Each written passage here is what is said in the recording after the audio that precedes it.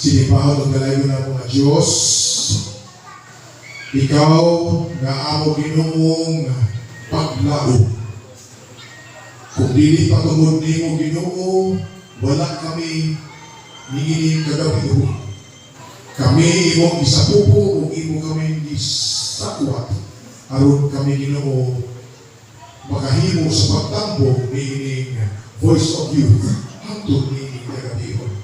Nagkasalamat Ginoo sa karasid sa mga kaigsunan nila binasa mga kapatagunan, mga opisyalis, membro Ginoo sa Adventist Youth sa Kanetuan District. Sila itaw Ginoo nagpagabunglay ng sakripisyo. Ang ilang panahon o oras o ilang kusog, ilang gigamit Ginoo aron sila makahimo sa pag-ibangilyo, sa pagmantala Ginoo sa kamatuoran. Ani apong Ginoo ang imong mga katawhan na pinili nagbarog si mong atubang na Ginoo. Hinaot pa ang mga usa ka namo Ginoo pasulat nila sa pasahod sa kinabuhi.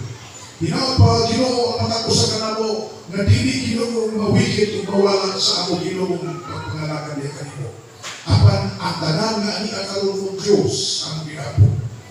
Mamahimong kapahig sa imong gihalikan. That we will be a part of your kingdom.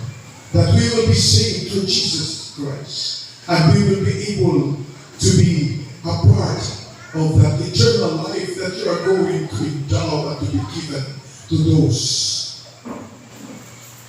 precious souls. Nag-aapo kami Ginoo sa mga kaigsunan, mga patangon man, kung sa mga ilang Panginoon, na wala pa makahimo sa pagtawa kay Ginoo Kristo, isip na personal ng Diyos. Ginoo ang kaaway kasi sa kanas na ikamot ngayon Ginoo. Nababahan Ginoo. Hatakan o mga kabiligan o problema sa kinabuhi. Aron dinig yung mamahimong malangpuso Ginoo ang ilang pag-isibir sa pagtawa kay Yesu Kristo. Nag-aapo kami Ginoo na imo sa proteksyonan. Pag-ashield o protection upon them from all the attacks of the devil. Nag-aapo kami Ginoo ay hinaot pa nga dili sila Ginoo maluya, dili sila magduduha, dili sila magkabalakaw kakakit. Tungod kay kini pagtawag ni Ginoo Kristo, dili man kini Ginoo makapikto sa ilang pagkinabuhi. Nga ni Ginoo kini siya mamahimong panalangin kanila.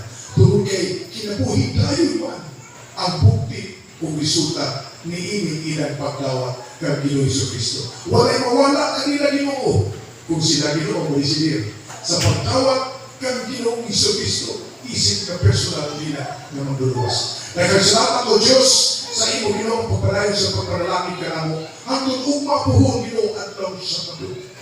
Hinaot pa Ginoo maging voice of your Ginoo kay pahigayon hindi sa Idahag Church Ginoo. Mamahimo Ginoo usa ka testamento na kami Ginoo andam yun sa paghimo sa imong buhaton. Isip na kapangin sa imong higaya. Nagkasalamat sa imong pagpanalangin sa mga usa ka mo ni kabihon, kung ano lang may mga pagpangluya sa among panglawas, kung ano na mga problema sa among kinabuhi. Sulpawa kini mo Diyos in the name of our Lord and Savior Jesus Christ. Nagkasalamat sa pagtutang nimo sa among pagkampo. Ang kinitugyan niya kami mo tutulog lamang sa ngalan ni Jesus na among magluluwas. In the name of our Lord and Savior Jesus Christ we pray. Amen.